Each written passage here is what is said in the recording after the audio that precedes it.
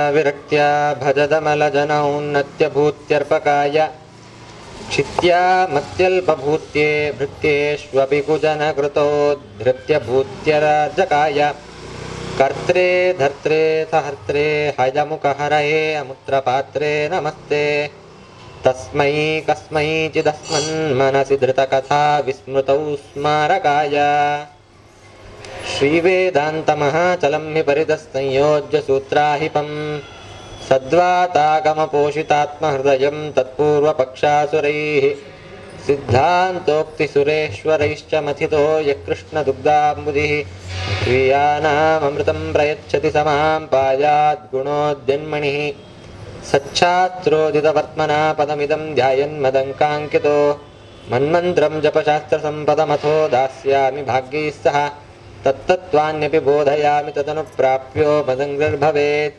इत्याघोषयतीव यः करचयैस्तं वाजिवक्त्रं भजे श्रेयहयमुखं श्राव्यकाव्यमार्गसमाप्तये तरागयोगिपूकोक्तस्तोत्रतोत्रवशं माः सिञ्जन्नूपुरशोभिपादकमलां मन्दस्मितोद्यन्मुखीं कञ्जाक्षीं कुचभारभीरुविलसन्मध्यां कुणत्कङ्कणां शम्भुवाद्यैः परिसेवितां सुवसरां जाम्बूनदालङ्कृताम् अम्बां तां प्रणतोऽस्मि कृष्णरमणीं लम्बालकां रुक्मिणीम् अभ्रमं भङ्गरहितं अजडं विमलं सदा आनन्दतीर्थमतुलं भजे तापत्रयापहम् अर्थिकल्पितकल्पोऽयं प्रत्यर्थिगजकेसरी व्यासतीर्थगुरुर्भूयादस्मदिष्टार्थसिद्धये आपादमूलिपर्यन्तं गुरूणामाकृतिं स्मरेत् तेन विघ्नाः प्रणश्यन्ति सिद्ध्यन्ति च मनोरथाः ಶ್ರೀಗುರುಭ್ಯೋ ನಮಃ ಹರಿ ಓಂ.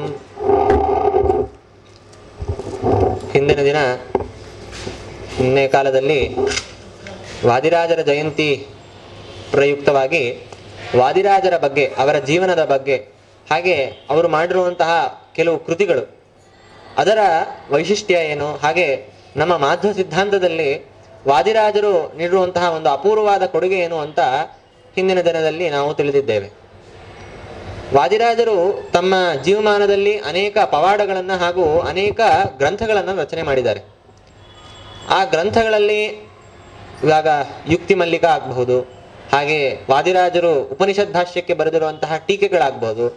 ಇವೆಲ್ಲವೂ ಕೂಡ ಯಾರು ಮಾಧ್ವರ ಒಂದು ಶಾಸ್ತ್ರಗಳ ಅಧ್ಯಯನವನ್ನು ಮಾಡ್ತಾ ಇರ್ತಾರೋ, ಉಪನಿಷತ್ತುಗಳ ಅಧ್ಯಯನಕ್ಕೆ ವಾದಿರಾಜರ ಟೀಕೆ ಇಲ್ಲದೆ ಅದನ್ನು ಅರ್ಥ ಮಾಡ್ಕೊಳ್ಳೋದು ತುಂಬಾ ಕಷ್ಟ ಇದೆ. ಜೈತೀರ್ಥರ ಟೀಕೆ ಪ್ರತಿಯೊಂದು ಗ್ರಂಥಕ್ಕೂ, ಪ್ರತಿಯೊಂದು ಭಾಷ್ಯಕ್ಕೂ, ಆಚಾರ್ಯರ ಭಾಷ್ಯಕ್ಕೂ ಇಲ್ಲ, ಕೆಲವು ಭಾಷ್ಯಗಳಿಗೆ ಮಾತ್ರ ಇದೆ. ಅದರಿಂದ ಅಂತಹ ಒಂದು ಭಾಷ್ಯಗಳಿಗೆಲ್ಲವೂ ಕೂಡ ನಮಗೆ ವಾದಿರಾಜರ ಟೀಕೆ ನಮಗೆ ಸಹಾಯಕವಾಗಿದೆ. ಹಾಗೆ ಯುಕ್ತಿ ಮಲ್ಲಿಕ ಆಗ್ಬೋದು. ಹೀಗೆ ವಾದಿರಾಜರ ಮಾಡಿರುವಂತಹ, ರಚಿಸಿರುವಂತಹ ಗ್ರಂಥಗಳು ಅನೇಕ, ಸಂಸ್ಕೃತ ಗ್ರಂಥಗಳಾದ್ರೆ. ಹಾಗೆ ಕನ್ನಡ ಗ್ರಂಥಗಳು, ಕನ್ನಡ ಕೃತಿಗಳು ಕೂಡ ದಾಸರ ಪದಗಳು ಅನೇಕ ಇವೆ. ಹಾಗೆ ಲಕ್ಷ್ಮೀ ಶೋಭಾನೆ, ಹಾಗೆ ಅನಂತ ಒಂದು ಸ್ತ್ರೀಯರಿಗೆ ಹಾಗೂ ಜನಸಾಮಾನ್ಯರಿಗೆ ಕನ್ನಡ ಭಾಷೆಯಿಂದ ಒಂದು ತತ್ವವನ್ನು ಪ್ರಚಾರ ಮಾಡಲಿಕ್ಕೋಸ್ಕರ ಕನ್ನಡದ ಭಾಷೆಯಲ್ಲೂ ಕೂಡ ಅವರು ಅನೇಕ ಕೃತಿಗಳನ್ನು ರಚನೆ ಮಾಡಿದ್ದಾರೆ. ಅವರ ಈ ಅನೇಕ ಕೃತಿಗಳಲ್ಲಿ ಒಂದು ಅಪೂರ್ವವಾದ ಕೃತಿ, ಎಲ್ಲರೂ ಕೂಡ ನಾವು ಮಾಧ್ವರಾಗಿ ಹಾಗೂ ವೈದಿಕ ಸಮಾಜದಲ್ಲಿ ಇರುವವರಾಗಿ ಗಮನಿಸಬೇಕಾದಂಥದ್ದು ರುಕ್ಮಿಣೀಶ ವಿಜಯ. ಈ ರುಕ್ಮಿಣೀಶ ವಿಜಯ ಈ ಗ್ರಂಥದ ಉಲ್ಲೇಖ ಸಾಮಾನ್ಯ ಎಲ್ಲ ಮಾಧ್ವರಿಗೂ ಇದ್ದೇ ಇರುತ್ತೆ. ಹಾಗೆ ಯಾರ್ಯಾರಿಗೆ ಮನೆಯಲ್ಲಿ ಮಕ್ಕಳಿರ್ತಾರೋ ಅವರಿಗಂತೂ ಇದು ಸಹಜವೇ. ಮನೆಯಲ್ಲಿ ಮಕ್ಕಳು ಮದುವೆ ವಯಸ್ಸಿಗೆ ಬಂದಾಗ 5 ವಿಜಯಗಳನ್ನು ಹೇಳಿಸುವಂತಹ ಒಂದು ಕ್ರಮ ನಮ್ಮ ಮಾಧ್ವರಲ್ಲಿ ಬಂದಿದೆ. ಹಾಗೆ ಇದು ಕೂಡ ರುಕ್ಮಿಣೀಶ ವಿಜಯವು ಕೂಡ ಅದರಲ್ಲಿ ಒಂದು. ಇದನ್ನ ಎಲ್ಲರೂ ಕೂಡ ಪ್ರವಚನದಲ್ಲಿ ಹೇಳ್ತಾರೆ, ಇದನ್ನ ಎಲ್ಲರೂ ಕೇಳಿರ್ತೀವಿ. ಇದರ ವೈಶಿಷ್ಟ್ಯ ಏನು, ಹಾಗೆ ಇದು ಹೇಗೆ ರಚನೆ ಆಗಿದ್ದು ಅಂತ ಸಾಮಾನ್ಯತಃ ಎಲ್ಲ ಜನರಿಗೂ ಕೂಡ ಪ್ರಸಿದ್ಧ ಆಗೇ ಇದೆ. ಅದನ್ನು ನಾನು ಜಾಸ್ತಿ ನಿಮ್ಮ ಮುಂದೆ ಉಲ್ಲೇಖ ಮಾಡಲಿಕ್ಕೆ ಹೋಗಲ್ಲ. ಈ ರುಕ್ಮಿಣೀಶ ವಿಜಯ ಗ್ರಂಥದಲ್ಲಿ ಯಾಕೆ ಇದನ್ನ ಅಷ್ಟು ನಮ್ಮ ಮಾಧ್ವ ಪರಂಪರೆಯಲ್ಲಿ ಅಷ್ಟೇ ಅಲ್ಲದೆ ನಮ್ಮ ವೈದಿಕ ಪರಂಪರೆಯಲ್ಲೂ, ಸಂಸ್ಕೃತದ ಒಂದು ವೈದಿಕ ಪರಂಪರೆಯಲ್ಲೂ ಕೂಡ ಯಾಕೆ ಇಷ್ಟೇ ಇದಕ್ಕೆ ಮಹತ್ವ ಅನ್ನೋದನ್ನ ನಾವು ತಿಳಿಯಬೇಕಾಗಿದೆ. ನಾವು ಬರೇ ಇದನ್ನ ಮಾಧ್ವರಾಗಿ ಅಷ್ಟೇ ಇದನ್ನ ಅಧ್ಯಯನ ಮಾಡಲ್ಲ. ಈ ಸಂಸ್ಕೃತ ವಿಶ್ವವಿದ್ಯಾಲಯಗಳ ಏನು ಸಾಹಿತ್ಯ ಪರೀಕ್ಷೆಗಳೇನಿವೆ, BA MA ಅಂತ ಯಾವ ಪದವಿ ಪಡಿತಾರೋ ಆ ಪದವಿ ಪಡಿಲಿಕ್ಕೆ ಯಾವ ಒಂದು ಪರೀಕ್ಷೆ ಅಂತ ಅದರಲ್ಲಿ ಕರಿಕುಲಮ್ ಅಲ್ಲಿ ಈ ರುಕ್ಮಿಣೀಶ ಗ್ರಂಥವನ್ನು ಕೂಡ ಸೇರಿಸಿದ್ದಾರೆ. ಅದರಿಂದ ಬರೇ ಮಾಧ್ವರಾಗಿ ನಾವು ಇದನ್ನು ಅಧ್ಯಯನ ಮಾಡೋರು ಅಷ್ಟೇ ಅಲ್ಲ, ಸಾಹಿತ್ಯದ ವಿದ್ಯಾರ್ಥಿ, ಹಾಗೆ ಒಬ್ಬ ಸಂಸ್ಕೃತವನ್ನ ಅಧ್ಯಯನ ಮಾಡುವಂತಹ ವಿದ್ಯಾರ್ಥಿ ಎಲ್ಲರೂ ಕೂಡ ಈ ರುಕ್ಮಿಣೀಶ ವಿಜಯ ಗ್ರಂಥವನ್ನ ಅಧ್ಯಯನವನ್ನು ಮಾಡ್ತಾರೆ. ಅವರು ಇದನ್ನ ಒಂದು ಸಿಲೆಬಸ್ ಆಗಿ ಒಂದು ಸಬ್ಜೆಕ್ಟ್ ಆಗಿ ಅಧ್ಯಯನ ಮಾಡಿದ್ರೆ, ನಾವು ಇದನ್ನ ವಾದಿರಾಜರು ನಮಗೆ ಕೊಟ್ಟಿರುವಂತಹ ಒಂದು ಉಪದೇಶ ಅಂತ ಅಧ್ಯಯನ ಮಾಡಿದ್ರೆ ನಮ್ಮ ಜೀವನದಲ್ಲಿ ಒಳ್ಳೆಯ ನಮ್ಮ ಸ್ಥಿತಿಯನ್ನ ತಾವು ತಲುಪಲಿಕ್ಕೆ ಸಾಧ್ಯವಾಗಿದೆ. ಈ ಹೆಸರಲ್ಲೇ ನೋಡಿ, ರುಕ್ಮಿಣೀಶ ವಿಜಯ. ರುಕ್ಮಿಣೀಶ ವಿಜಯ ಈ ಗ್ರಂಥದ ಹೇಗೆ ಉಲ್ಲೇಖ ಆಯಿತು, ಹೇಗೆ ರಚನೆ ಆಯಿತು ಅಂತ ಕಥೆ ಎಲ್ಲರಿಗೂ ಪ್ರಸಿದ್ಧವಾಗಿದೆ, ಸುಪ್ರಸಿದ್ಧವಾದದ್ದು. ಒಂದು ದಿನ ಸಂಚಾರ ಕ್ರಮೇಣ ವಾದಿರಾಜರು ಪೂರ್ಣಾ ಕ್ಷೇತ್ರಕ್ಕೆ ತಲುಪಿರ್ತಾರೆ. ಪೂರ್ಣಾ ಕ್ಷೇತ್ರಕ್ಕೆ ತಲುಪಾಗ ಅಲ್ಲಿ ಹೋಗ್ತಾರೆ. ಅಲ್ಲಿ ಒಬ್ಬ ರಾಜ ತನ್ನ ಮಂತ್ರಿಗಳಲ್ಲಿದ್ದಂತಹ ಎಲ್ಲ ಕವಿಗಳನ್ನ ಕರೆದು, ಯಾವುದು ಇಲ್ಲಿ ತನಕ ಇರುವಂತಹ ಸಂಸ್ಕೃತದ ಕಾವ್ಯಗಳಲ್ಲಿ ಅತ್ಯುತ್ತಮವಾದ ಕಾವ್ಯ ಯಾವುದು ಅಂತ ಅವನು ವಿಮರ್ಶೆ ನಡೆಸ್ತಾನೆ. ಆಗಿನ ಕಾಲದಲ್ಲಿ ಈ ಸಾಹಿತ್ಯಕ್ಕೆ ಹಾಗೆ ಒಂದು ಕವಿಯ ಕೌಶಲ್ಯಕ್ಕೆ ರಾಜರ ಒಂದು ಆಸ್ಥಾನದಲ್ಲಿ ತುಂಬಾ ಮರ್ಯಾದೆ ಇತ್ತು. ಅದಕ್ಕೋಸ್ಕರ ಈ ಒಂದು ವಿಮರ್ಶೆಯನ್ನು ನಡೆಸಿದಾಗ ಎಲ್ಲಾ ವಿದ್ವಜ್ಜನರ ಸಮುಚ್ಚಯ ಇದರಲ್ಲೇ ಇತ್ತು, ಶಿಶುಪಾಲ ವಧ ಈ ಕಾವ್ಯ ಅತ್ಯುತ್ತಮ ಕಾವ್ಯ ಅಂತ. ಮಾಘ ಅಂತ ಒಬ್ಬ ಕವಿ ಬರೆದಿರುವಂತಹ ಕಾವ್ಯ, ಅವನ ಮಾತಂತೂ ಸುಪ್ರಸಿದ್ಧ. ಅವನ ಎಂದಿಗೂ ಕೂಡ ನಾವು ಈ ಶಿಶುಪಾಲ ವಧಕ್ಕೆ ಪೈಪೋಟಿಯಾಗಿ ಈ ರುಕ್ಮಿಣೀಶ ವಿಜಯ ಗ್ರಂಥವನ್ನ ವಾದಿರಾಜರು ಅಂದ್ರೆ ಅದನ್ನ ಮೀರಿಸ್ಲಿಕ್ಕೆ ತೋರಿಸ್ಲಿಕ್ಕೋಸ್ಕರ ಈ ಗ್ರಂಥವನ್ನ ರಚನೆ ಮಾಡಿದ್ದು, ರುಕ್ಮಿಣೀಶ ವಿಜಯ ಅಂತ ಗ್ರಂಥವನ್ನ. ಅವನ ಮಾಘದ ಅವನ ಕೌಶಲ್ಯ ಅತ್ಯಂತ ಅದ್ಭುತವಾದದ್ದು. ಒಂದು ಮಾತಿದೆ, ಕಾಳಿದಾಸನ ಅರ್ಥ ಕೌಶಲ್ಯ ತುಂಬಾ ಚೆನ್ನಾಗಿದೆ. ಕಾಳಿದಾಸನ ಒಂದು ವರ್ಣನೆ ಮಾಡುವಂತಹ ಕ್ರಮ, ಅಲಂಕಾರವನ್ನು ಬಳಸಿ ಅವನು ತನ್ನ ಕುಮಾರ ಸಂಭವ ಹಾಗೆ ಅನೇಕ ಕಾವ್ಯಗಳಲ್ಲಿ ಅವನು ವರ್ಣನೆ ಮಾಡುವಂತಹ ಕೌಶಲ್ಯ ತುಂಬಾ ಚೆನ್ನಾಗಿದೆ. ದಂಡಿ ಅಂತ ಇನ್ನೊಬ್ಬ ಕವಿ, ಅವನ ಪದಲಾಲಿತ್ಯ ಅಂದ್ರೆ ಮಾತಾಡುವ ಶೈಲಿಯಲ್ಲಿ ಪ್ರಾಸಬದ್ಧವಾಗಿ ಮಾತಾಡೋದು, ಅದು ಅವನ ವೈಶಿಷ್ಟ್ಯ, ಅವನ ಡಿಫ್ರೆನ್ಶಿಯೇಟ್ ಮಾಡುವಂತಹ ಒಂದು ಗುಣ ಅದು. ಇದು ಹಾಗೆ ಇನ್ನು ಮಾಘ ದಂಡಿನ ಪದಲಾಲಿತ್ಯ ಮಾಘೇ ಸಂತಿ ತ್ರಯೋ ಗುಣ. ಮಾಘ ಅಂತ ಯಾರು ಶಿಶುಪಾಲ ವಧವನ್ನು ಬರೆದಿದ್ದಾನೆ, ಈ ಸಂಸ್ಕೃತದ ಒಂದು ಕಾವ್ಯದ ಒಂದು ಶಾಸ್ತ್ರದಲ್ಲಿ ಒಂದು ಜಗತ್ತಿನಲ್ಲಿ ಯಾರು ಅತ್ಯುತ್ತಮ ಟಾಪ್ 3 ಅಂತೀವಲ್ಲ, ಯಾರು ಅತ್ಯುತ್ತಮ ಕವಿಗಳಾಗಿದ್ದಾರೆ, ಆ ಕವಿಗಳಲ್ಲಿ ಯಾವ್ಯಾವ ಗುಣ ಇವೆ ಆ ಎಲ್ಲಾ ಗುಣಗಳು ಮಾಘದಲ್ಲಿದೆ. ಅಷ್ಟು ದೊಡ್ಡ ಕವಿ ಈ ನಮ್ಮ ಮಾಘ ಕವಿ. ಒಳ್ಳೆಯ ಶಿಶುಪಾಲವಧ ಅಂತ ತುಂಬಾ ಕಷ್ಟದ ಗ್ರಂಥ ಅದು. ಸಾಮಾನ್ಯ ಸುಮ್ಮನೆ ಸಂಸ್ಕೃತ ವ್ಯುತ್ಪತ್ತಿ ಬಲ್ಲವರು ಅದನ್ನ ಅರ್ಥ ಮಾಡ್ಕೊಳ್ಳಿಕ್ಕೆ ಸಾಧ್ಯ ಇಲ್ಲ. ವಿದ್ವಾಂಸರಿಗೂ ಕೂಡ ವ್ಯಾಖ್ಯಾನ ಇಲ್ಲದೆ ಅದನ್ನ ಅರ್ಥ ಮಾಡ್ಕೊಳ್ಳಿಕ್ಕೆ, ಜೀರ್ಣ ಮಾಡ್ಕೊಳ್ಳಿಕ್ಕೆ ಅತಿ ಕಷ್ಟವಾದದ್ದು. ಇದೇ ಗ್ರಂಥ ಅತ್ಯುತ್ತಮವಾದ ಗ್ರಂಥ ಸಂಸ್ಕೃತದ ಒಂದು ಸಾಹಿತ್ಯದ ಪ್ರಪಂಚದಲ್ಲಿ ಅಂತ ತೀರ್ಮಾನ ಮಾಡ್ತಾರೆ. ಆಗ ವಾದಿರಾಜರು ಅಲ್ಲಿ ತಲುಪ್ತಾರೆ.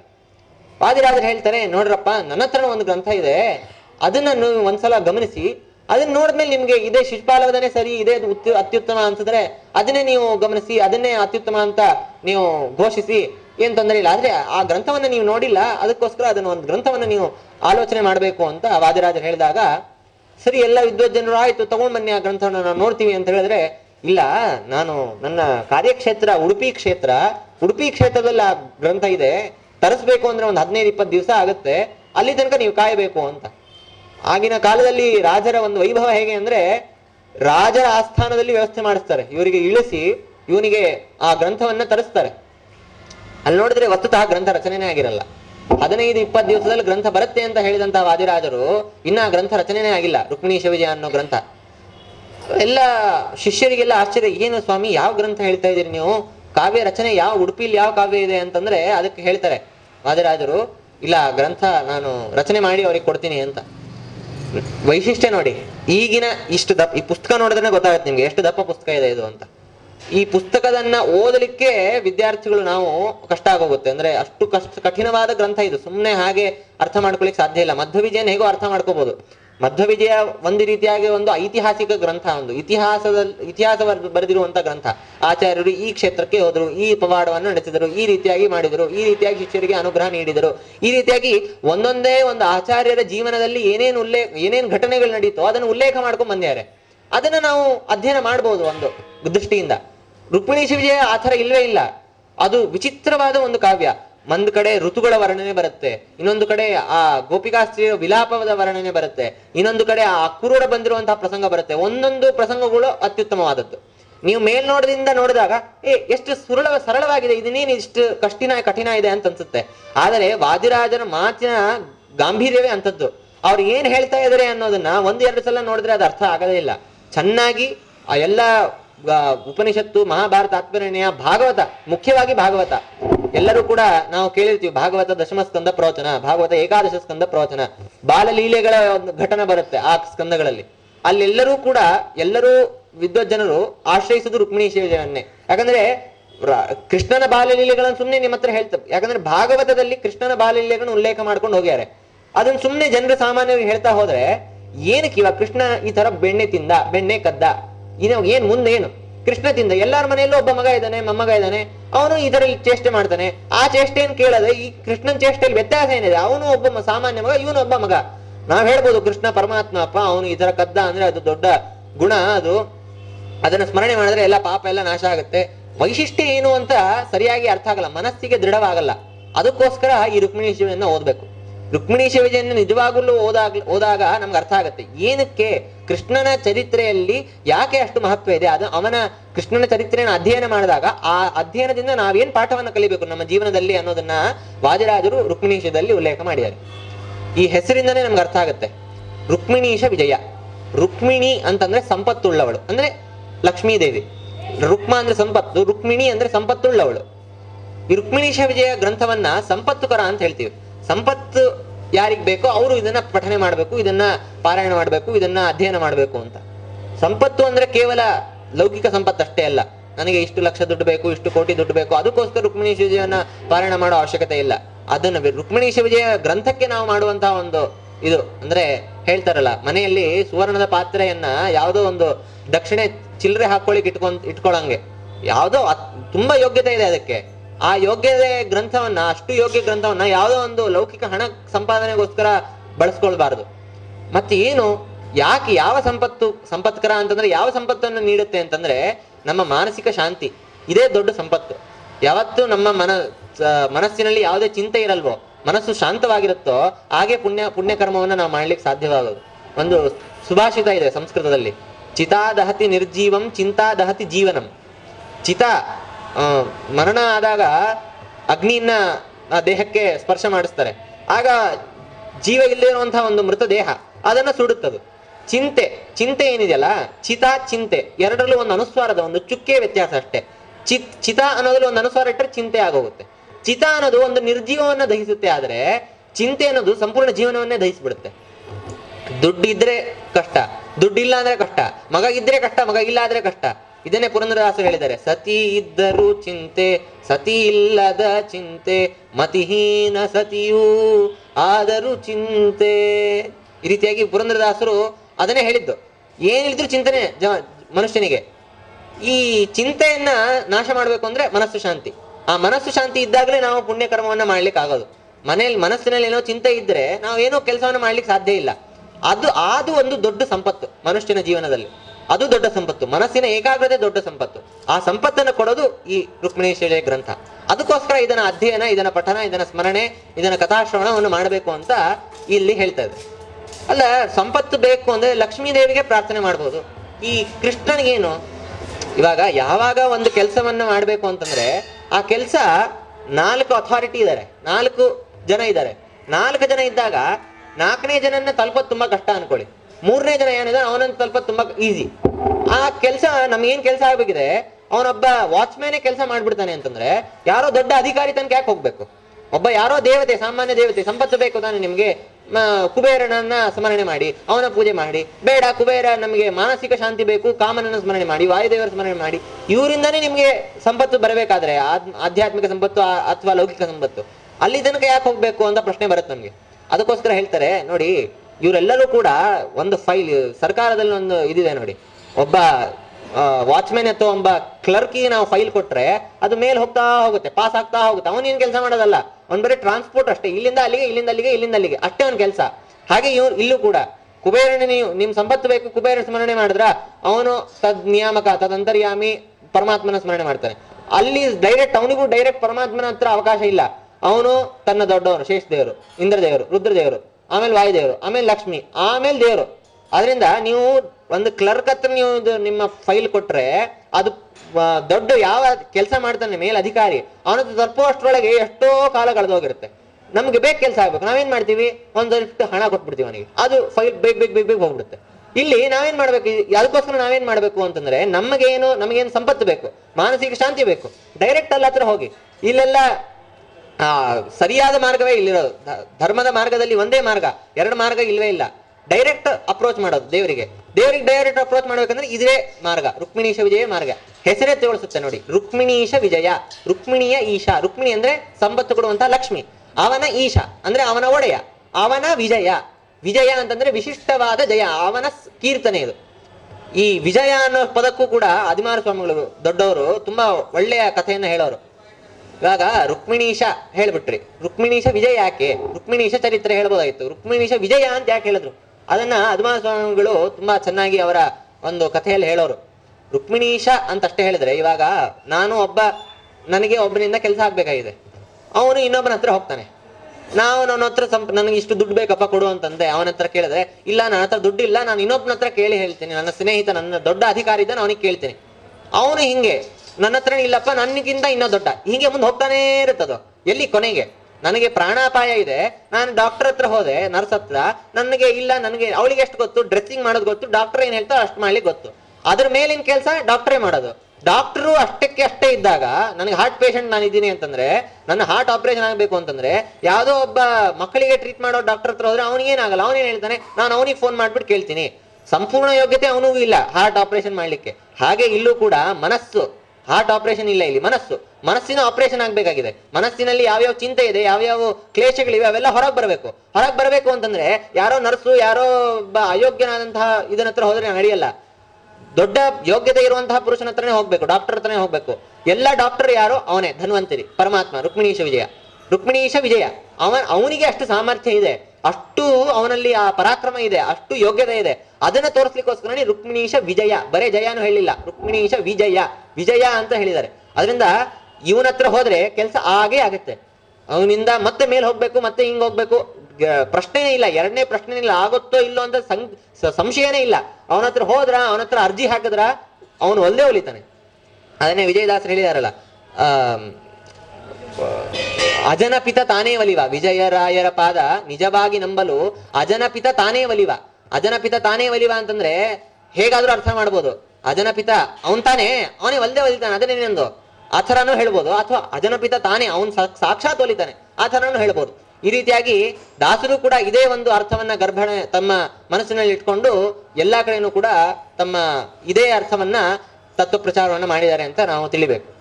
ಹೀಗೆ ರುಕ್ಮಿಣೀಶ ವಿಜಯದ ಒಂದು ಅರ್ಥ ಏನು ಅಂತ ನಮ್ಗೆ ಅರ್ಥ ಆಗಿದೆ. ಅಂದ್ರೆ ಅವನ ಗ್ರಂಥದ ಹೆಸರೇನು, ಅದರ ಅರ್ಥ ಏನು ಅಂತ ಇಲ್ಲಿ ತನಕ ನಾವು ಅರ್ಥ ಮಾಡ್ಕೊಂಡಿದೀವಿ. ಈ ಕಥಾ ಏನು ನಡೆಸುತ್ತೆ ಅಂತ ನಾವು ಅರ್ಥ ಮಾಡ್ಕೊಳ್ಳೋಣ. ಅದ ನಂತರ ಈ ಅಕ್ರೂರನ ಒಂದು ಸಂವಾದ ರುಕ್ಮಿಣೀಶ ವಿಜಯದಲ್ಲಿ ತುಂಬಾ ಚೆನ್ನಾಗಿ ವಾದಿರಾಜರು ವರ್ಣನೆ ಮಾಡಿದ್ದಾರೆ. ಅದನ್ನ ನಾವು ಅರ್ಥ ಮಾಡ್ಕೊಳ್ಳೇಬೇಕು.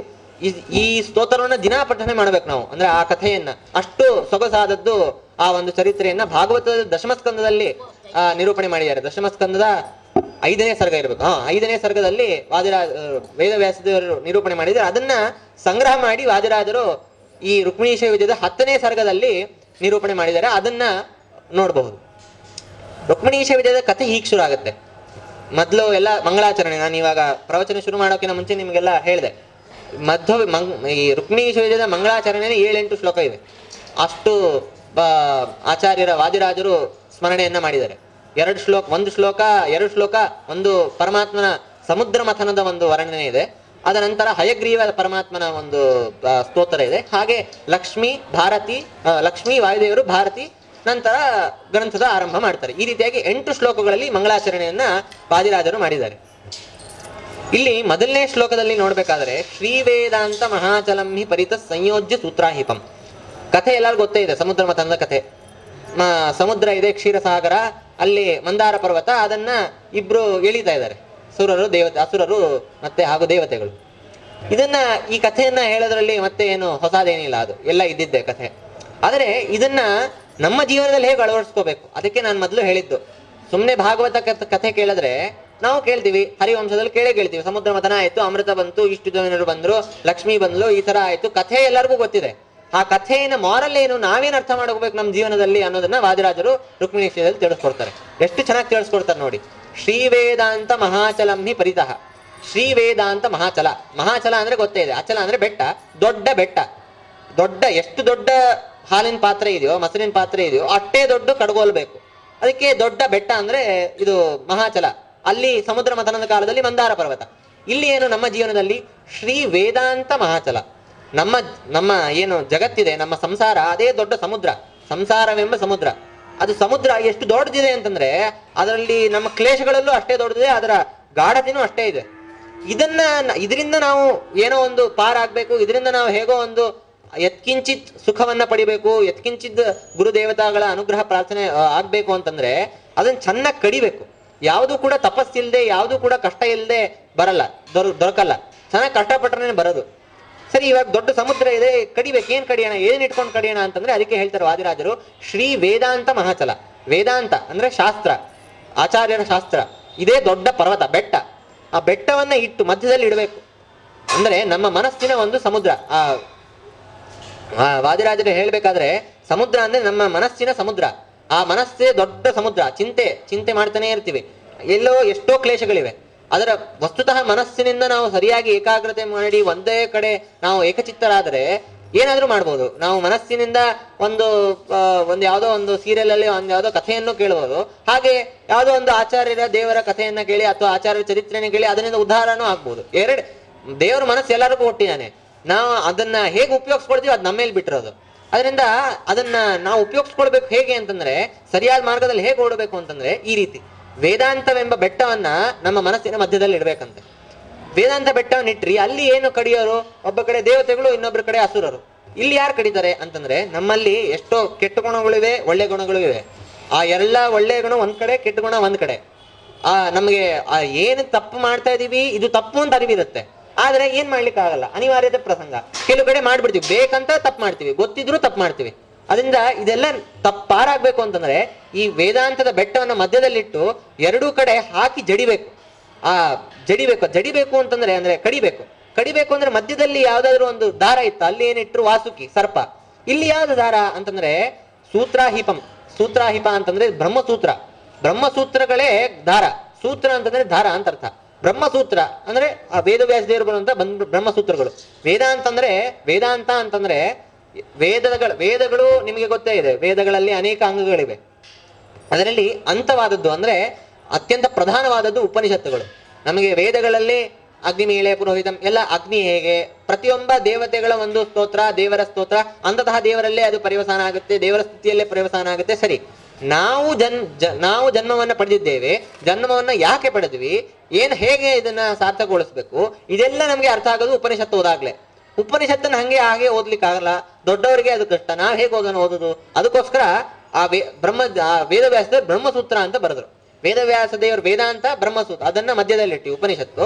ಅದಕ್ಕೆ ಸುತ್ತಲೂ ಕೂಡ ಬ್ರಹ್ಮಸೂತ್ರಗಳನ್ನ ಕಟ್ಟಿದ್ಮೇಲೆ ಅದನ್ನ ಕಡಿಬೇಕು. ಕಡ್ದಾಗ ಏನ್ ಬರುತ್ತೆ, ಅಮೃತ ಬರುತ್ತೆ. ಅಲ್ಲಿ ಅಮೃತ ಬತ್ತು, ಇಲ್ಲಿ ವಿಷಾನು ಬರುತ್ತೆ, ಅಮೃತನೂ ಬರುತ್ತೆ. ಈಗ ನಮ್ಮಲ್ಲೂ ಕೂಡ ಅನೇಕ ಕ್ಲೇಶಗಳು ಬರುತ್ತೆ. ನಾವು ಇವಾಗ ನನ್ನನ್ನೇ ತಗೊಂಡ್ರೆ ಅಧ್ಯಯನ ಮಾಡ್ತಾ ಇರ್ತೀವಿ. ನಾವು ಏನೋ ಆ ಕಡೆ ಮನಸ್ಸು ಹೋಗ್ಬಿಡುತ್ತೆ, ಅಥವಾ ಏನೋ ಏನಂತಾರೆ ಆಂಗ್ಲವಾಗಿ ಡಿಸ್ಟ್ರಾಕ್ಟ್ ಆಗ್ಬಿಡ್ತೀವಿ. ಆ ರೀತಿ ನಾವು ಸಾಮಾನ್ಯ ಜನರು ಇವತ್ತು ಅನ್ಕೊಂಡಿರ್ತೀವಿ, ಇವತ್ತಿನಿಂದ ನಾನು ಪ್ರತಿಪಕ್ಷವೂ ಕೂಡ ಏಕಾದಶಿ ಉಪವಾಸ ಮಾಡ್ತೀನಿ ಅಂತ ಅನ್ಕೊಂಡಾಗ್ಲೇ ಇದು ಒಳ್ಳೆ ವಿಚಾರ. ನೋಡಿ, ನಮ್ಮ ಮನಸ್ಸಿನಲ್ಲಿ ಸಮುದ್ರ ಒಳ್ಳೆ ವಿಚಾರ ಬಂತು. ಯಾಕೆ ಬಂತು? ವೇದಾಂತ ಯಾವುದೋ ಒಂದು ಕೇಳಿರ್ತೀವಿ ನಾವು, ಯಾರೋ ಒಬ್ರು ಹೇಳಿರ್ತಾರೆ, ಇಲ್ಲಿ ಈ ತರ ಮಾಡಿದ್ರೆ, ಏಕಾದಶಿ ಉಪವಾಸ ಮಾಡಿದ್ರೆ ಏನೇನ್ ಪಾಪಗಳನ್ನ ಮಾಡ್ತೀವಿ ಎಲ್ಲ ಅದು ನಾಶ ಮಾಡ್ತಾನೆ ಪರಮಾತ್ಮ. ಅದನ್ನ ಒಳ್ಳೆ ವಿಚಾರ ಇದೆ, ಇಲ್ಲ ಅಂತ ಹೇಳಲ್ಲ. ಅಷ್ಟೇ ಸಾಕಾಗುತ್ತಾ? ಅದನ್ನ ಮನಸ್ಸಿನಲ್ಲೇ ಕಸಿವಿಸಿ ಮಾಡ್ಬೇಕೋ ಮಾಡ್ಬಾರ್ದು, ಒಂದ್ಸಲ ಬಿಟ್ರೆ ಏನಾಗುತ್ತೆ, ಇಷ್ಟು ವರ್ಷನೇ ಬಿಟ್ಟಿದೀವಂತೆ, ಇನ್ನೊಂದ್ಸಲ ಬಿಟ್ರೆ ಏನಾಗುತ್ತೆ, ಈ ತರ. ಅಲ್ಲಿ ಹೇಗೆ ವಿಷಾನೂ ಬಂತು, ಅಮೃತನೂ ಬಂತು, ಹಾಗೆ ಇಲ್ಲೂ ಕೂಡ ಕಡಿತಾ ಇದೀವಿ. ಒಳ್ಳೆ ಮಾರ್ಗ, ಕಡಿಲಿಕ್ಕಾದ್ರೂ ಪ್ರಾರಂಭ ಮಾಡಿದ್ವಲ್ಲ. ಕೆಲವೊಬ್ರಿಗೆ ಕಡಿಬೇಕು ಅನ್ನೋದು ಪ್ರಾರಂಭನೂ ಆಗಿರಲ್ಲ. ಏಕಾದಶಿ ಅಂತ ಒಂದು ಉಪವಾಸ ಇದೆ, ಅವತ್ತಿನ ದಿನ ಏಕಾದಶಿ ದಿನ ಮಾಡ್ಬೇಕು ಅನ್ನೋದು ಗೊತ್ತಿರಲ್ಲ. ಅವತ್ತಿನ ದಿನ ವಿಶೇಷ ಜಲೇಬಿ ಪ್ರೋಗ್ರಾಮ್ ಇಟ್ಕೊಂಡಿರ್ತಾರೆ. ಆಗ ಅಂಥವ್ರಿಗಿಂತ ಆದ್ರೂ ಪರವಾಗಿಲ್ವಲ್ಲ. ಅದರಿಂದ ಎಷ್ಟೋ ಸ್ಟೆಪ್ಗಳಲ್ಲಿ ನಾವು ಒಳ್ಳೆಯವರು. ಅದನ್ನ ಬರೇ ನಾವು ಈ ತರ ನಾವು ಏನಪ್ಪಾ ಇಂಥ ಬರೇ ಮೇಲೇನೆ ನೋಡ್ತಾ ಇದ್ರೆ, ನಾವು ನಮ್ಗಿಂತ ಒಳ್ಳೆಯವ್ರು, ನಮ್ಗಿಂತ ದೊಡ್ಡವ್ರನ್ನೇ ನೋಡ್ತಾ ಇದ್ರೆ ಏನಪ್ಪಾ ನಾವೇನು ಮಾಡ್ತಾನೆ ಇಲ್ವಾ ಅಂತ ನಮ್ಮ ಮೇಲೆ ನಮ್ಗೆ ದುಃಖ ಆಗ್ಲಿ ಶುರು ಆಗುತ್ತೆ. ಅದಕ್ಕೆ ಕೆಲವು ಬಾರಿ ಕೆಳಗಡೆನೂ ನೋಡ್ತಾ ಇರ್ಬೇಕು. ನಾವು ಏಕಾದಶಿ ಉಪವಾಸ ಮಾಡ್ಬೇಕು ಅನ್ನೋ ಒಂದು ತಲೆಗೆ ಯೋಚನೆ ಆದ್ರೂ ಬಂತಲ್ಲ, ಕೆಲವೊಬ್ರಿಗೆ ಆ ಯೋಚನೆನೂ ಬರ್ತಾ ಇಲ್ಲ, ಅವ್ರಿಗಿಂತ ಪರವಾಗಿಲ್ಲ ನಾನು ಅಂತ ನಮ್ಮನ್ನೇ ನಾವು ಸಾಂತ್ವನಗೊಳಿಸ್ಕೊಳ್ತಾ ಇರ್ಬೇಕು. ಅದೇ ಸಾಂತ್ವನ ಜಾಸ್ತಿ ಆಗ್ಬಿಡ್ಬಾರ್ದು, ಆಗ ಮೇಲ್ ಬೆಳಿಲಿಕ್ಕೆ ಆಗಲ್ಲ. ಅದರಿಂದ ಈ ತರ ವಿಷನೂ ಬರುತ್ತೆ, ಅಮೃತನೂ ಬರುತ್ತೆ. ಆಗ ಇದನ್ನ ಚೆನ್ನಾಗಿ ಕಡಿಬೇಕು. ಅದನ್ನ ಕಡಿತಾ ಇದ್ರೆ ಅದನ್ನ ಈಗ ಬಂದಲ್ಲ, ನಾ ಹೇಳಿದ್ನಲ್ಲ, ನಾವು ಡಿಸ್ಟ್ರಾಕ್ಟ್ ಆಗ್ಬಿಡ್ತೀವಿ, ಅದನ್ನ ನಮ್ಮ ಕಾರ್ಯದಲ್ಲಿ ಸರಿಯಾಗಿ ನಿಲ್ಲಿಕ್ ಆಗಲ್ಲ. ಹಾಗೆ ಆ ಪರ್ವತವನ್ನು ಇಟ್ಟಾಗ ಕೆಳಗೆ ಉಳಿಲಿಲ್ಲ, ಅದು ಜಾರು ಹೋಗ್ತಾ ಇತ್ತು ಅದು ಸಮುದ್ರದಲ್ಲಿ. ಅದಕ್ಕೆ ಕೂರ್ಮ ಪರಮಾತ್ಮ ಬಂದ. ಅದಕ್ಕೆ ಇಲ್ಲೂ ಕೂಡ ನಾವು ಯಾವಾಗ ಒಳ್ಳೆಯ ಶ್ರದ್ಧೆಯಿಂದ ಒಂದು ಕಾರ್ಯದಲ್ಲಿ ಪ್ರಯತ್ನವನ್ನು ಮಾಡ್ತೀವೋ ಪರಮಾತ್ಮ ಹಿಡಿತಾನೆ. ಒಳ್ಳೆಯ ಒಂದು ಶ್ರದ್ಧೆಯಿಂದ ಕಾರ್ಯ ಮಾಡೋದವನಿಗೆ ಎಂದಿಗೂ ಪರಮಾತ್ಮ ಕೈ ಬಿಡಲ್ಲ. ಕೆಳಗಡೆಯಿಂದ ಅವನು ಟೊಳ್ಳಿದ್ರು ಕೆಳಗಡೆ ಸಮುದ್ರ, ಅದನ್ನ ಹಿಡಿತಾನೆ.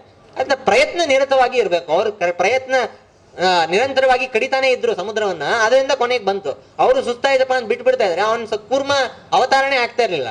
ನಾವು ಕೂಡ ಸಾಕಪ್ಪ, ಏನು ಏಕಾದಶಿ ಮಾಡಿ ಏನು ಉದ್ಧಾರ ಆಗೋರೇನಿಲ್ಲ ಜೀವನದಲ್ಲಿ ಅಂತ ಬಿಟ್ಬಿಟ್ರೆ ಪರಮಾತ್ಮ ಕೈ ಹಿಡಿಯೋದೇ ಇಲ್ಲ. ಅದು ಸರಿಯಾಗಿ ಕೈ ಹಿಡಿಬೇಕು ಅಂದರೆ ನಿರಂತರ ಪ್ರಯತ್ನ ಇರಬೇಕು. ಆ ನಿರಂತರ ಪ್ರಯತ್ನ ಅಂದ್ರೆ ಕಡಿತಾ ಇರ್ಬೇಕು ಮನಸ್ಸಿನಲ್ಲಿ. ಅಮೃತನು ಬರುತ್ತೆ, ವಿಷನು ಬರುತ್ತೆ, ಅದನ್ನ ಸಹಿಸ್ಕೊಂಡಿರ್ಬೇಕು. ಒಂದು ದಿನ ಬರುತ್ತೆ ಅಮೃತ, ಅದನ್ನ ಅಮೃತವನ್ನ ಅಂದ್ರೆ ಸದ್ಗತಿ ಆಗುತ್ತೆ. ದೇವರ ಅನುಗ್ರಹ, ಗುರುಗಳ ಅನುಗ್ರಹದಿಂದ ಸದ್ಗತಿ ಆಗುತ್ತೆ. ಆ ಸದ್ಗತಿಯನ್ನ ಪಡೆದಕ್ಕೋಸ್ಕರ ಇಷ್ಟೆಲ್ಲ ಕಷ್ಟ ಪಡ್ತಾ ಇರೋದು. ಅದು ಇಲ್ಲ ಅಂತಂದ್ರೆ ಅನಾಯಾಸವಾಗಿ ದೊರಕ್ತಾ ಇತ್ತು ಅಂದ್ರೆ ಇವೆಲ್ಲ ಇಷ್ಟೆಲ್ಲ ಯಾಕೆ ಕಷ್ಟ ಇರ್ತಾ ಇತ್ತು. ಅದರಿಂದ ಒಂದು ಸಮುದ್ರ ಮಥನದ ಕಥೆ ಎಲ್ಲರೂ ಕೇಳಿದೀವಿ ನಾವು. ಆದ್ರೆ ಆ ಸಮುದ್ರ ಮಥನದ ಕಥೆ ನಮ್ಮ ಜೀವನದಲ್ಲಿ ಹೇಗೆ ಪ್ರಭಾವ ಹೊಂದುತ್ತೆ, ಆ ಜೀವನದಲ್ಲಿ ನಾವು ಅದನ್ನ ಹೇಗೆ ಅಳವಡಿಸ್ಕೋಬೇಕು ಅನ್ನೋದನ್ನ ವಾದಿರಾಜರು ತಮ್ಮ ಮಂಗಳಾಚರಣೆ ಶ್ಲೋಕದಲ್ಲಿ ಈ ತರ ತಿಳಿಸ್ಕೊಟ್ಟಿದ್ದಾರೆ. ಈ ಕಥೆಯನ್ನ ನಾನು ಜಾಸ್ತಿ ಮುಟ್ಲಿಕ್ಕೆ ಹೋಗಲ್ಲ. ದಶಮಸ್ಕಂದದಲ್ಲಿ ನಾನು ಮೊದಲು ಹೇಳ್ದಂಗೆ ದಶಮಸ್ಕಂದದಲ್ಲಿ ಅಕ್ರೂರನ ಒಂದು ಸಂವಾದ ಬರುತ್ತೆ, ತುಂಬಾ ಸೊಗಸಾದ ಸಂವಾದ. ಅದನ್ನ ಎಲ್ಲರೂ ಕೂಡ ದಿನನಿತ್ಯ ನಾವು ಹೇಳ್ಕೋಬೇಕು, ದಿನ ಸ್ಮರಣೆ ಮಾಡಬೇಕು. ಅದು ನಮ್ಮ ತಲೆಯಲ್ಲಿದ್ದರೆ ಎಂದಿಗೂ ಕೂಡ ದಾರಿಯಿಂದ ತಪ್ಪಲ್ಲ. ನಮಗೆ ಕಪಾಳಿ ಹೊಡೆದಂಗೆ ಇದೆ ನಮ್ಮ ಜನಸಾಮಾನ್ಯರಿಗೆ. ಎಷ್ಟು ತಪ್ಪು ಮಾಡ್ತಾ ಇದೀವಿ ಅನ್ನೋದನ್ನ ವಾದಿರಾಜರು ಚೆನ್ನಾಗಿ ತೋರಿಸ್ಕೊಟ್ಟಿದ್ದಾರೆ. ಕಥೆ ಹೀಗಿದೆ. ಕೃಷ್ಣನ ಬಾಲಲೀಲೆಗಳ ವರ್ಣನೆ ಮಾಡಿದ್ದಾರೆ ಒಂದು 7-8 ಸರ್ಗಗಳಲ್ಲಿ. ನಂತರ ಅವನು ಬೆಳೀತಾ ಇದ್ದಾನೆ, ದೊಡ್ಡವನಾಗಿದ್ದಾನೆ.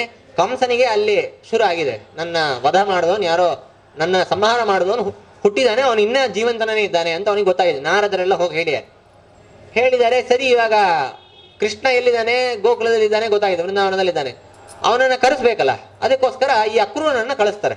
ಅಕ್ರೂರನನ್ನ ಇವನು ಕಂಸ ಕಳಿಸ್ತಾನೆ. ಅಕ್ರೂರ ಬರ್ತಾನೆ. ಅಕ್ರೂರ ಬಂದಾಗ ಇಲ್ಲೇನ್ ಘಟನೆ ನಡೀತು ಅನ್ನೋದನ್ನ ವಾದಿರಾಜರು ಚಿತ್ರಣಗೊಳಿಸಿದ್ದಾರೆ. ಭಾಗವತದಲ್ಲಿ ಬರುವಂತಹ ಕಥೆ ಇದು.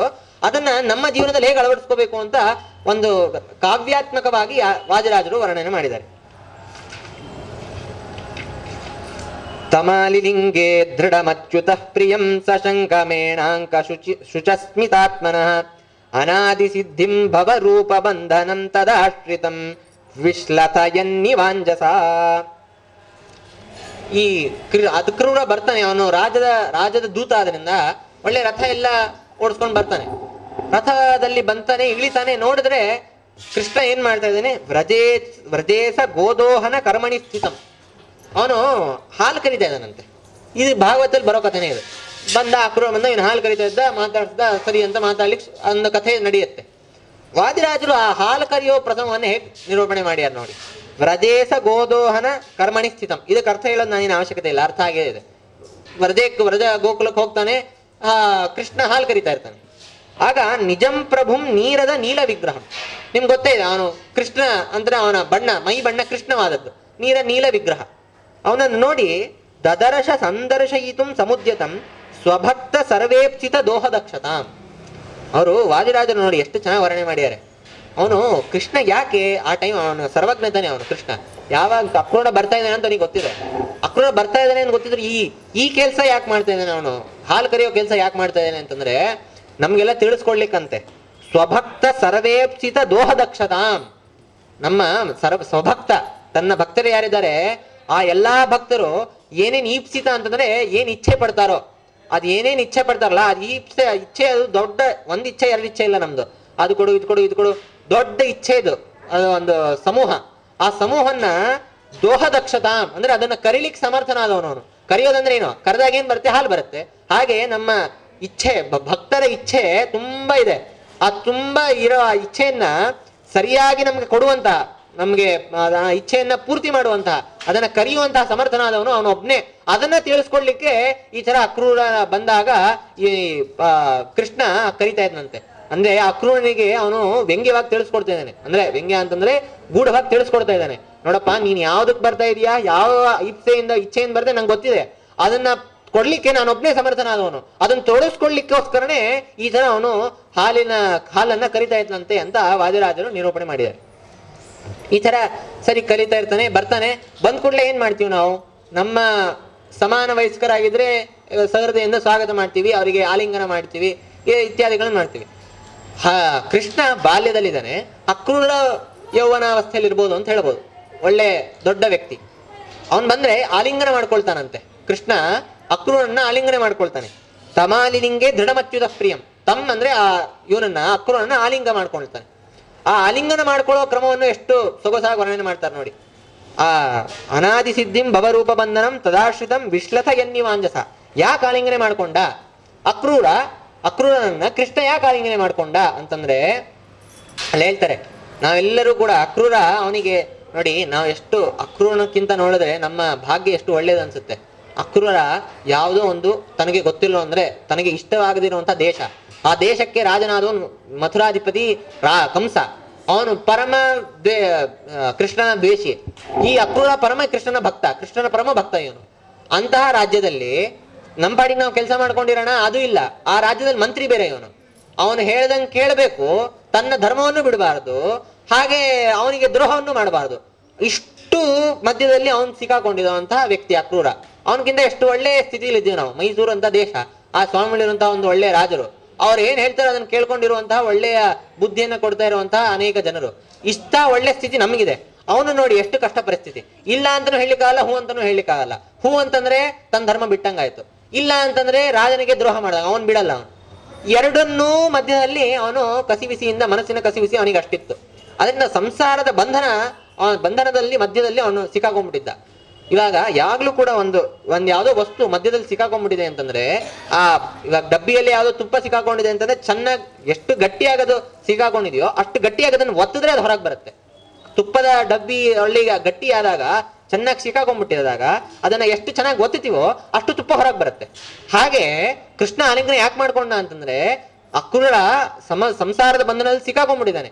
ಎಷ್ಟು ಗಟ್ಟಿಯಾಗಿ ಸಿಕ್ಕಾಕೊಂಡ್ಬಿಟ್ಟಿದ್ದಾನೆ ಅಂತಂದ್ರೆ, ಅವನಿಂದ ಹೊರಗೆ ತೆಗಿಬೇಕು ಅಂದ್ರೆ ಗಟ್ಟಿಯಾಗಿ ಒತ್ತಬೇಕಲ್ಲ. ಹೇಗೆ ತುಪ್ಪದ ಡಬ್ಬಿನ ಒತ್ತಿದ್ವಿಯೋ, ಅವನನ್ನು ಚೆನ್ನಾಗಿ ಒತ್ತಿ ಅವನು ಹೊರಗೆ ತೆಗಿಬೇಕು. ಒತ್ತಲಿಕ್ಕೆ ಯಾರೋ ಒತ್ತಿದ್ರೆ ಅದನ್ನ ಅವನನ್ನ ಹೊರಗೆ ತೆಗಿಲಿಕ್ಕೆ ಆಗಲ್ಲ. ಸಾಕ್ಷಾತ್ ಕೃಷ್ಣ ಪರಮಾತ್ಮನೇ ಅವನನ್ನ ಆಲಿಂಗನೆ ಮಾಡಿಕೊಂಡು ಆ ಸಂಸಾರದ ಬಂಧನದಿಂದ ಚೆನ್ನಾಗಿ ಒತ್ತಿ ಅದನ್ನು ಅವನಿಗೆ ಹೊರಗೆ ತೆಗಿಬೇಕು. ಅದಕ್ಕೋಸ್ಕರ ಕೃಷ್ಣನನ್ನ ಆ ಅಕ್ರೂರ ಆಲಿಂಗನೆ ಮಾಡ್ಕೊಂಡಂತೆ. ಇದನ್ನ ಭಾಗವತದಲ್ಲಿ ವೇದವ್ಯಾಸದೇವರು ಹೇಳಿಲ್ಲ. ವೇದವ್ಯಾಸದೇವರು ಏನ್ ಹೇಳಿದ್ದು, ಅವರು ಒಂಥರ ಡಾಕ್ಯುಮೆಂಟ್ರಿ ಮಾಡ್ಕೊಂಡ್ ಬಂದಿದ್ದಾರೆ ವೇದವ್ಯಾಸದೇವರು. ಆಲಿಂಗನೆ ಮಾಡ್ಕೊಂಡ, ಈ ರೀತಿ ಸಂಭಾಷಣೆ ಆಯ್ತು. ಆ ಸಂಭಾಷಣೆ, ಆ ಕಥೆಯಿಂದ ನಾವೇನ್ ಅರ್ಥ ಮಾಡ್ಕೋಬೇಕು ಅನ್ನೋದನ್ನ ವಾದಿರಾಜರು ತಿಳಿಸ್ಕೊಟ್ಟಾರೆ. ಅದರಿಂದ ಇದರಿಂದ ಏನ್ ಅರ್ಥ ಆಗುತ್ತೆ, ನಾವೆಷ್ಟೇ ಕಷ್ಟದಲ್ಲಿದ್ದೀವಿ, ಅಕ್ರೂರನಷ್ಟು ಕಷ್ಟದಲ್ಲಂತೂ ನಾವಿಲ್ಲ. ಅಕ್ರೂರನಷ್ಟು ಕಷ್ಟ ನಮ್ಗಿಲ್ಲ. ನಾವು ಯಾಕೆ ಸುಮ್ಮನೆ ಪರಮಾತ್ಮನೇ ಬರಬೇಕು ಅಂತ, ಪರಮಾತ್ಮನ ಒಂದು ದೂತರಾಗಿ ಎಷ್ಟೋ ಯಾರೋ ಜನ ನಮ್ಗೆ ಬಂದು ಚೆನ್ನಾಗಿ ನಮಗೂ ಕೂಡ ಹೇಗೆ ಅವನನ್ನು ಆಲಿಂಗನೆ ಮಾಡ್ಕೊಂಡು ಪರಮಾತ್ಮ ನಮ್ಮನ್ನು ಕೂಡ ಸಂಸಾರದ ಬಂಧನದಿಂದ ಹೊರಗೆ ತೆಗಿತಾನೆ.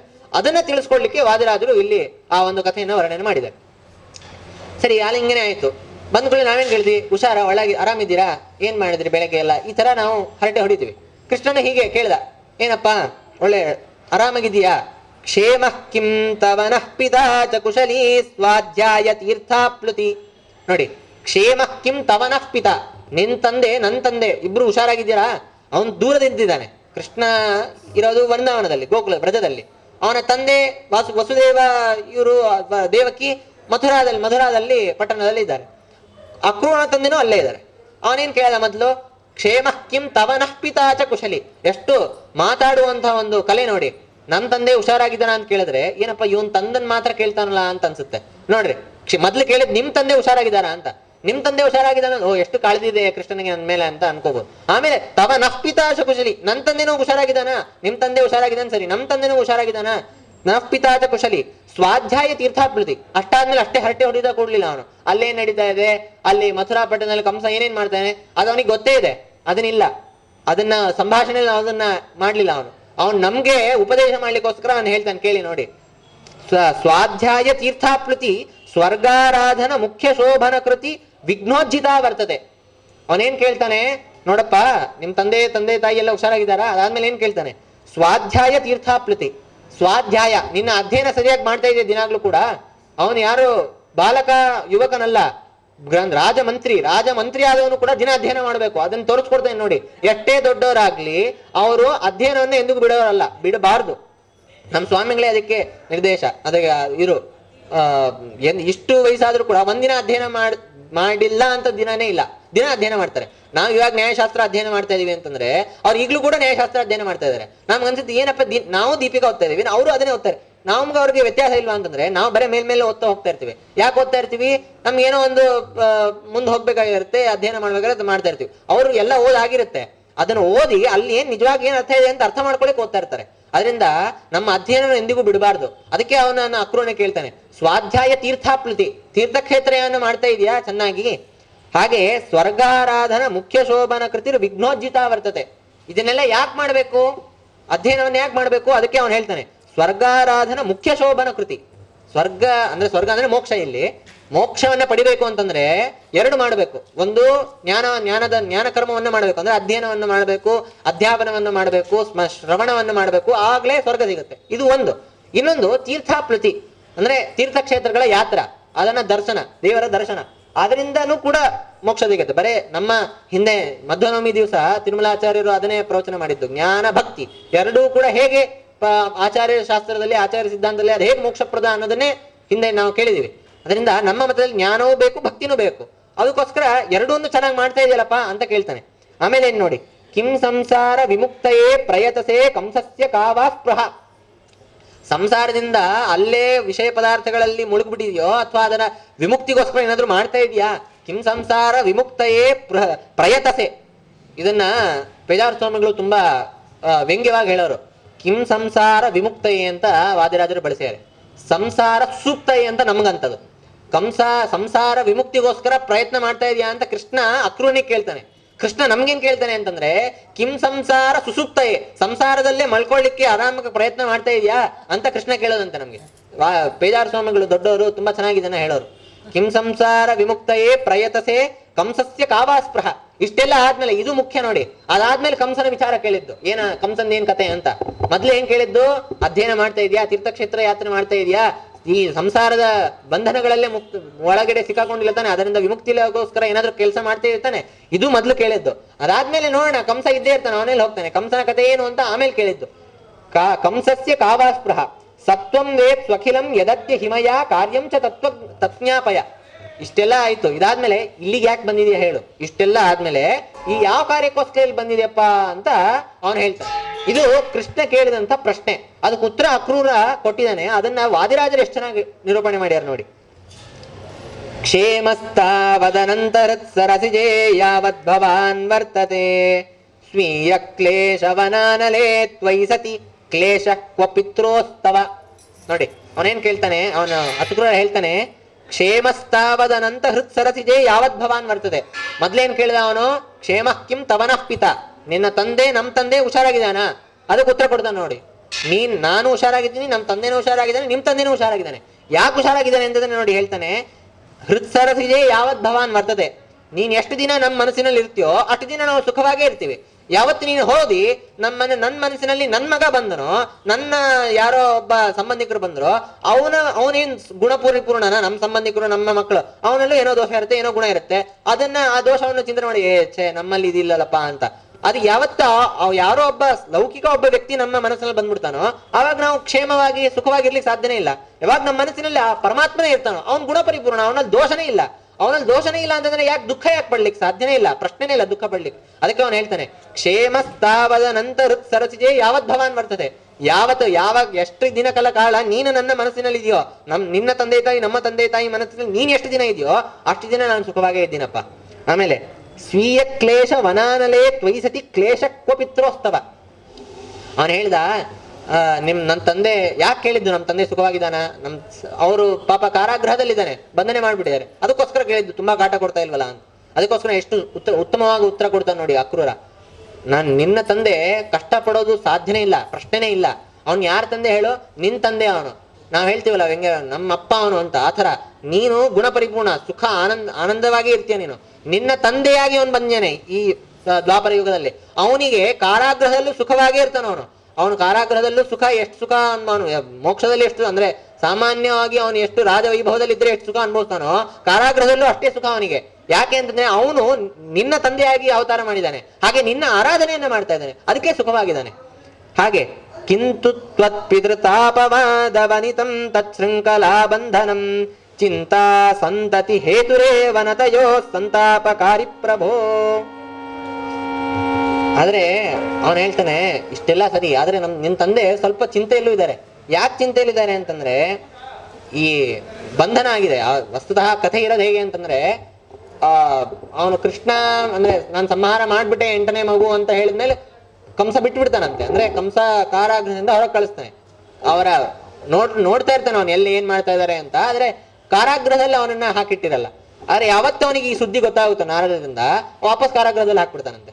ಅದನ್ನ ಇವನು ಅಕ್ರೂರ ಹೇಳ್ತಾನೆ, ಯಾಕೆ ವಾಪಸ್ ಕಾರಾಗೃಹ ಯೋಗ ಯಾಕೆ ಬಂತು ಅಂತಂದ್ರೆ ಇವನಿಗೆ ವಸುದೇವ ದೇವಕಿಯರಿಗೆ ಅವರು ಭ್ರಾಂತಿಗೆ ಹೋಗ್ಬಿಟ್ರಂತೆ. ನಾನು ಕೃಷ್ಣನ ಮಗ ತಂದೆ, ಕೃಷ್ಣನಿಗೆ ನಾನು ಜನ್ಮವನ್ನು ಕೊಟ್ಟಿರೋವನು, ಅಂತಹ ತಂದೆ ಅಂತ ಅವನಿಗೆ ಏನು ಯಾವತ್ತು ಅವನಿಗೆ ಆ ಬುದ್ಧಿ ಬಂತಲ್ಲ, ಆ ಅಪರಾಧ, ಅದು ದೊಡ್ಡ ಅಪರಾಧ. ಕೃಷ್ಣ ಅವನಿಗೆ ಯಾರು ಜನ್ಮ ಕೊಡೋರು? ಅವನಿಗೆ ಜನ್ಮ ಕೊಡ್ಲಿಕ್ಕೆ ಸಾಧ್ಯನೇ ಇಲ್ಲ.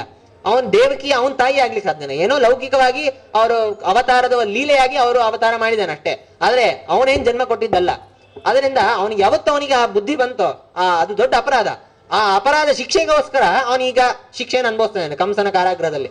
ಅದರಿಂದ ಯಾವತ್ತು ಅವನಲ್ಲಿ ಮನಸ್ಸಿನಲ್ಲಿ ಈ ಒಂದು ಚಿಂತೆ ಬಂತೋ ಅವತ್ತಿನಿಂದ ಅವನು ಈ ಅಪರಾಧದ ಒಂದು ಶಿಕ್ಷೆಯನ್ನ ಅನುಭವಿಸ್ತಾ ಅಲ್ಲಿ ಒಳಗಡೆ ಜೀವನ ಕಳೀತಾ ಇದ್ದಾನೆ ಅಂತ ಹೇಳ್ತಾ ಇದ್ದಾನೆ.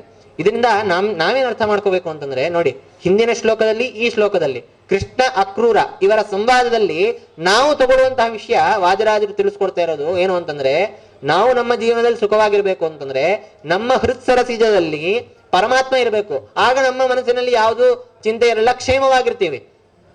ಇನ್ನೊಂದು ಯಾವುದೋ ಸಂಸಾರದ ಸುಸುಪ್ತಯೇ ಅಲ್ಲ ನಮಗೆ ಕೃಷ್ಣ, ನಮಗೆ ಕಿಂ ಸಂಸಾರ ಸುಸುಪ್ತಯೇ ಪ್ರಯತಸೆ ಅಂತ ಕೇಳಬಾರ್ದು, ಕಿಂ ಸಂಸಾರ ವಿಮುಕ್ತಯೇ ಪ್ರಯತಸೆ ಬರಬೇಕು. ಅದ್ ಬರಬೇಕು ಅಂತಂದ್ರೆ ನಾವು ಕೂಡ ಪ್ರಯತ್ನ ಮಾಡಬೇಕು. ಸಂಸಾರ ವಿಮುಕ್ತಿಗೋಸ್ಕರ, ಸಂಸಾರ ಸುಸುಪ್ತಿಗೋಸ್ಕರ ಅಲ್ಲ, ಸಂಸಾರದಿಂದ ವಿಮುಕ್ತಿಗೋಸ್ಕರ ಪ್ರಯತ್ನ ಮಾಡ್ತಾ ಇದ್ರೆ ಅವನು ಪರಮಾತ್ಮ ಕೈ ಹಿಡಿತಾನೆ.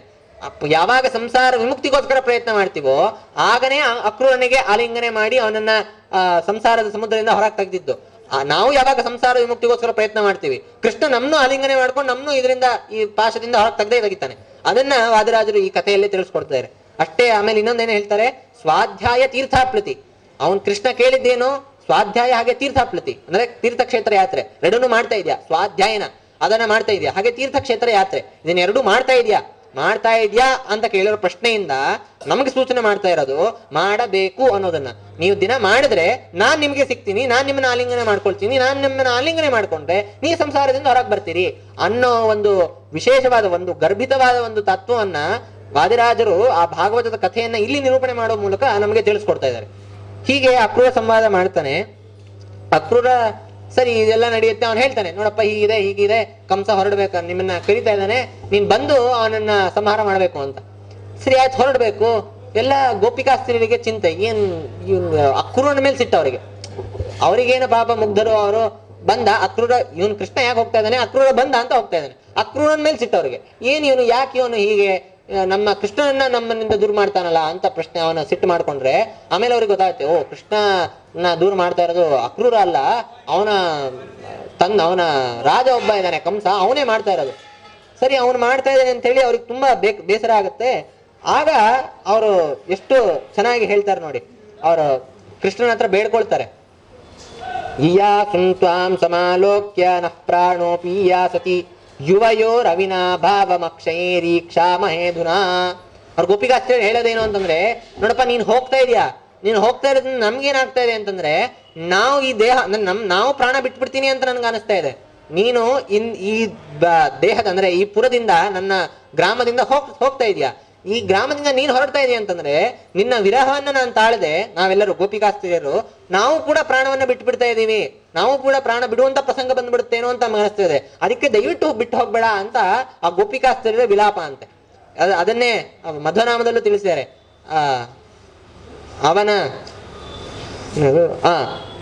ಆವವನು ದೇಹದಲ್ಲಿರಲು ಹರಿ ನೆಲೆಸುವನು, ಆವವನು ತೊಲಗೆ ಹರಿತಾ ತೊಲಗುವ. ಆವನನು ಅಂತಂದ್ರೆ ಏನು, ಆ ಪರಮಾತ್ಮ ವಾಯುದೇವರು ಎಷ್ಟು ದಿನ ಇರ್ತಾರೆ, ಪರಮಾತ್ಮ ಇರೋ ತನಕ ಇರ್ತಾರೆ. ಅಲ್ಲಿ ವ್ರಜ ಗೋಕುಲ ಆದಾದ್ರೆ ನಮ್ಮ ದೇಹವೇ ದೊಡ್ಡ ಪಟ್ಟಣ. ಆ ಪಟ್ಟಣದಲ್ಲಿ ಎಷ್ಟು ದಿನ ಪರಮಾತ್ಮ ಇರ್ತಾನೋ ಅಷ್ಟು ದಿನ ವಾಯುದೇವರು ಇರ್ತಾರೆ. ವಾಯುದೇವರು ಇದ್ರೆ ನಾವು ಜೀವಂತ ಇರ್ತೀವಿ. ಅಂದ್ರೆ ನಮ್ಮ ಜೀವ ಎಷ್ಟು ದಿನ ಇರುತ್ತೆ ವಾಯುದೇವರು ಇರೋ ತನಕ, ವಾಯುದೇವರು ಎಷ್ಟು ದಿನ ಇರ್ತಾರೆ ಪರಮಾತ್ಮ ಇರೋ ತನಕ. ಪರಮಾತ್ಮ ಬಿಟ್ಟು ಹೋದ ಅಂತಂದ್ರೆ ನಾವು ನಮ್ಮ ದೇಹದಿಂದ ವಾಯುದೇವರು ಬಿಟ್ಟು ಹೋಗ್ತಾರೆ, ನಮ್ಮ ದೇಹವು ಬಿತ್ತು. ಅಲ್ಲಿಗೆ ನಮ್ಮ ಜೀವನದ ಒಂದು ಯಾತ್ರೆ ಮುಗ್ದು ಹೋಗುತ್ತೆ. ಅದರಿಂದ ಅಷ್ಟು ದುಃಖ ಆಗ್ತಾ ಇದೆ, ಪರಮಾತ್ಮ ಹೋಗ್ತಾ ಇದ್ದಾನೆ ಅಂತ. ಸರಿ, ಇಷ್ಟು ಕೊನೆಗೆ ಹೋಗ್ತಾರೆ, ಒಬ್ರು ಹೋಗ್ತಾ ಇರ್ತಾರೆ, ರಥವನ್ನ ಏರ್ತಾರೆ, ಹೇಗೋ ಮಾಡಿ ಕಷ್ಟಪಟ್ಟು ಹೊರಡ್ತಾರೆ.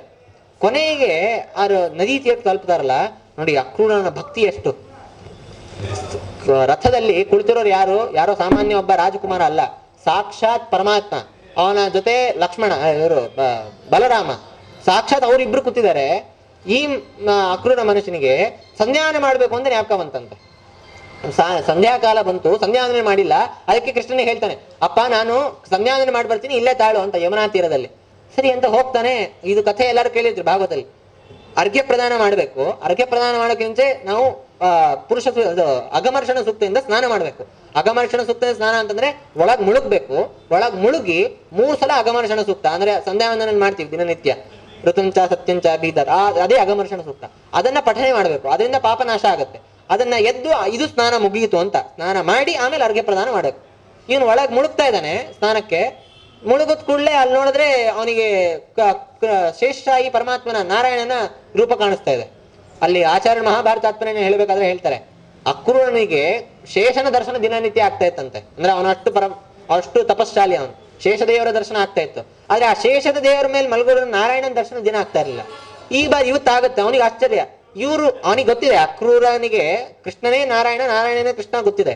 ಇವನು ನಾರಾಯಣ ಇಲ್ಲಿದ್ದಾನೆ, ಮತ್ತೆ ಅಲ್ಲಿ ರಥದ ಮೇಲೆ ಯಾರು ಕೂತಿದ್ದಾನೆ ಅಂತ ಎದ್ದು ಕೂಡಲೇ ನೋಡ್ತಾನೆ. ರಥದ ಹತ್ರ ನೋಡಿದ್ರೆ ಕೃಷ್ಣನು ಅಲ್ಲೇ ಇದ್ದಾನೆ. ಮತ್ತೆ ಇಲ್ಲಿ ಒಳಗೆ ಯಾರಿದ್ದು ಅಂತ ಅವನಿಗೆ ಅನ್ಕೊಳ್ತಾನೆ, ಇಲ್ಲ ನಾನು ತಪ್ಪು ನೋಡಿದೆ, ನನ್ಗೆ ಅನಿಸ್ತು ಭ್ರಮೆ ಇರಬೇಕು ಅಂತ. ಮತ್ತೆ ಇನ್ನೊಂದ್ಸಲ ಮುಳುಗ್ತಾನೆ, ಮತ್ತೆ ಕಾಣಿಸ್ತಾನೆ. ಮತ್ತೆ ಎದ್ದು ಬಂದು ನೋಡ್ತಾನೆ, ಮತ್ತೆ ಅಲ್ಲಿ ಕೃಷ್ಣ ಅಲ್ಲೇ ಇದ್ದಾನೆ. ಇಲ್ಲಿ ಇದ್ದಾನೆ, ಅಲ್ಲೂ ಇದ್ದಾನೆ. ಏನಪ್ಪಾ ಅಂತ ಅವನಿಗೆ ಕಸಿಬಿಸಿ. ಆವಾಗ ಅವನಿಗೆ ಅರ್ಥ ಆಗುತ್ತೆ, ಓ ನಾರಾಯಣನೇ ನನಗೆ ದರ್ಶನ ಕೊಡ್ತಾ ಇದ್ದಾನೆ ಅಂತ. ಅವನಿಗೆ ತುಂಬಾ ಸಂತೋಷ ಆಗುತ್ತೆ. ಈ ತರ ಭಾಗವತದಲ್ಲಿ ಬರುವಂತಹ ಕತೆ. ಆ ಕಥೆಯನ್ನ ವಾದಿರಾಜರು ಎಷ್ಟು ಚೆನ್ನಾಗಿ ನಿರೂಪಣೆ ಮಾಡ್ತಾರೆ ನೋಡಿ. ವಾದಿರಾಜರು ಯಾಕೆ ಅಂದ್ರೆ ಕೃಷ್ಣ ಯಾಕೆ ಅಕ್ರೂರನಿಗೆ ದರ್ಶನ ಕೊಟ್ಟ ಅಂತಂದ್ರೆ ಅವನು ಭಕ್ತ. ನಾವೆಲ್ಲ ಭಕ್ತರಲ್ವ, ನಾವು ಭಕ್ತರೇ ತಾನೆ, ನಾವು ದಿನನಿತ್ಯ ಪೂಜೆ ಮಾಡ್ತೀವಿ, ದಿನನಿತ್ಯ ನೈವೇದ್ಯ ಮಾಡ್ತೀವಿ, ನಾವು ಭಕ್ತರೇ ಅಲ್ಲ ಕೃಷ್ಣನಿಗೆ ಅಂತಂದ್ರೆ ಅದಕ್ಕೋಸ್ಕರ ಹೇಳ್ತಾರೆ. ಭಕ್ತ ಅಂದ್ರೆ ಯಾರು, ಭಕ್ತನ ಲಕ್ಷಣವನ್ನ ಹೇಳ್ತಾರೆ ವಾದಿರಾಜರು. ಅಕ್ರೂರನೇ ಭಕ್ತ, ನಾವೆಲ್ಲ ಭಕ್ತರಲ್ಲ ಅಂತ ನಮಗೆ ಬೈಯುವ ರೀತಿಯಲ್ಲಿ ಎಷ್ಟು ಚೆನ್ನಾಗಿ ಹೇಳಿದ್ದಾರೆ ನೋಡಿ. ಭಕ್ತೋ ನಾಮ ಸ ಏವ ಯಃ ಕರಗತೆ ಕೃಷ್ಣೇಪಿ ವೇದೋದಿತಂ ತತ್ಕರ್ಮಾಚರದೇತದೇವ ದುರಿತ ಪ್ರಧ್ವಂಸಿ ಕರ್ಮಕ್ಷಿತೌ ತೀರ್ಥಂ ಚಾಪಿ ತದೇವ ಜಾತ್ವಪಿತಯೋ ಸಂಸೇವಯಾಶ್ರಾವ್ಯಯ ದೃಶ್ಯಂ ರೂಪಮದರ್ಶಯನ್ ಮುರರಿಪುರುದಾಸ್ಯೈಕವಶ್ಯ ಪ್ರಭುಃ.